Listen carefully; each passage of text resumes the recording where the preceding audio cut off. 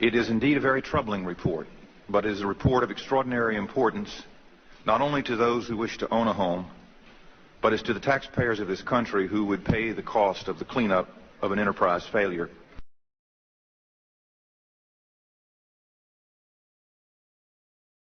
The analysis makes clear that more resources must be brought to bear to ensure the highest standards of conduct are not only required, but more importantly, they are actually met.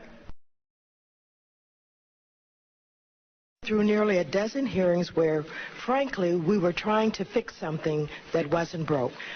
Mr. Chairman, we do not have a crisis at Freddie Mac, and in particular at Fannie Mae, under the outstanding leadership of Mr. Frank Raines.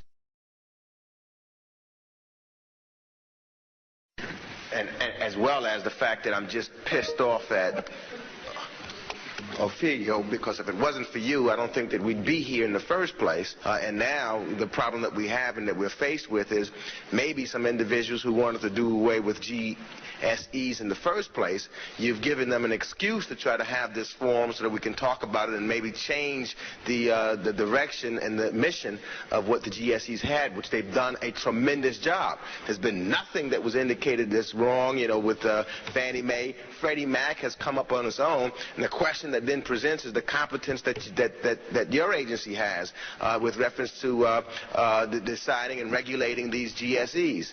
And so I wish I could sit here and say that I'm not upset with you, but I am very upset because, you know, what you do is you give, you know, maybe giving a reason to, as Mr. Gonzalez said, to give someone a heart surgery when they really don't need it.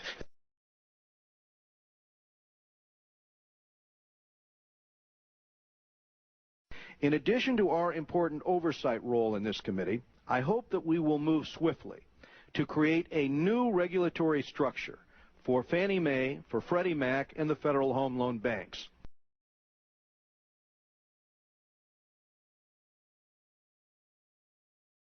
This hearing is about the political lynching of Franklin Raines.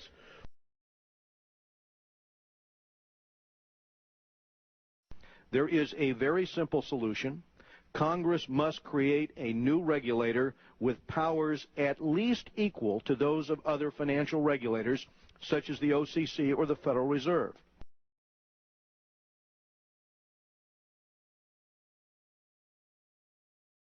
What would make you, why should I have confidence? Why should anyone have confidence in you as a regulator at this point? Sorry, Congressman. OFAO did not improperly apply accounting rules. Freddie Mac did. OFAO did not try to manage earnings improperly. Freddie Mac did. So this isn't about the agency engaging in improper conduct. It's about Freddie Mac.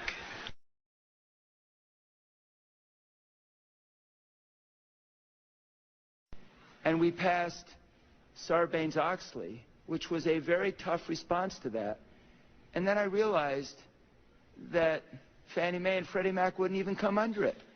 They weren't under the 34 Act. They weren't under the 33 Act. They play by their own rules, and I'm tempted to ask how many people in this room are in the payroll of Fannie Mae, because what they do is they basically hire every lobbyist they can possibly hire. They hire some people to lobby, and they hire some people not to lobby so that the opposition can't hire them. But a concern that I have is you're making very specific, what you have correctly acknowledged, broad and categorical judgments about the management of this institution, about the willfulness of practices that may or may not be in controversy. You've imputed various motives to the people running the organization. You went to the board and put a 48-hour ultimatum on them without having any specific regulatory authority to put that kind of ultimatum on them.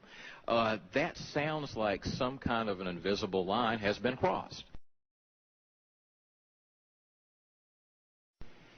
Fannie Mae has manipulated, in my judgment, OFAO for years. And for OFAO to finally come out with a report as strong as it is tells me that's got to be the minimum, not the maximum. Etc. You seem to be saying, well, these are in areas which could raise safety and soundness problems. I don't see anything in your report that raises safety and soundness problems.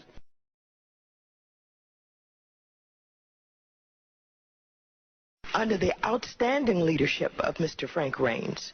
Everything in the 1992 Act has worked just fine. In fact, the GSEs have exceeded their housing goals.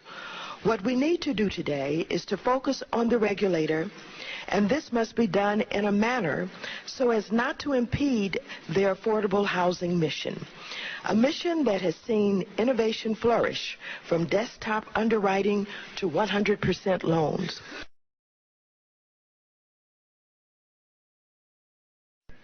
I find this to be inconsistent and a rush to judgment.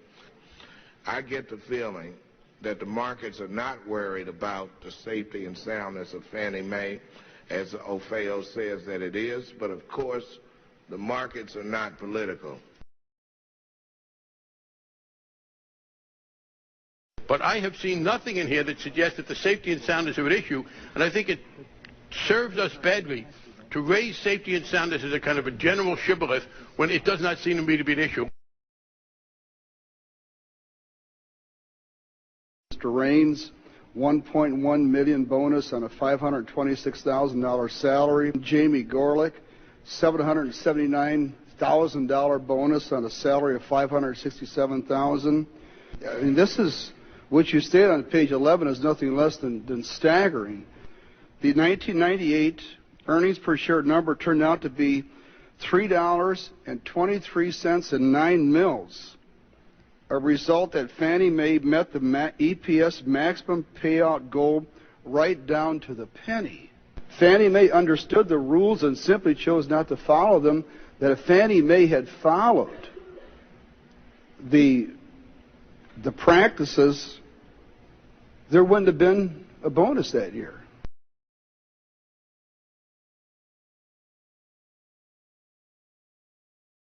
And you have about 3% of your portfolio set aside. If a bank gets below 4%, they are in deep trouble. So I just want you to explain to me why I shouldn't be satisfied with 3%. Because banks there aren't any banks who only have multifamily and single-family loans.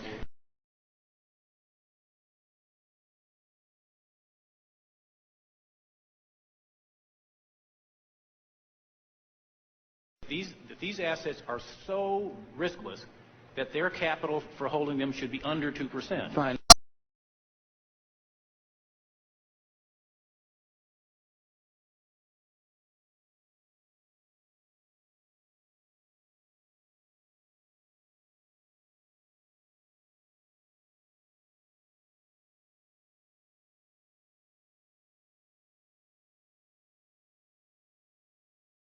I think the responsibility that the Democrats have may rest more in resisting any efforts by Republicans in the Congress or by me when I was president to put some standards and tighten up a little on Fannie Mae and Freddie Mac.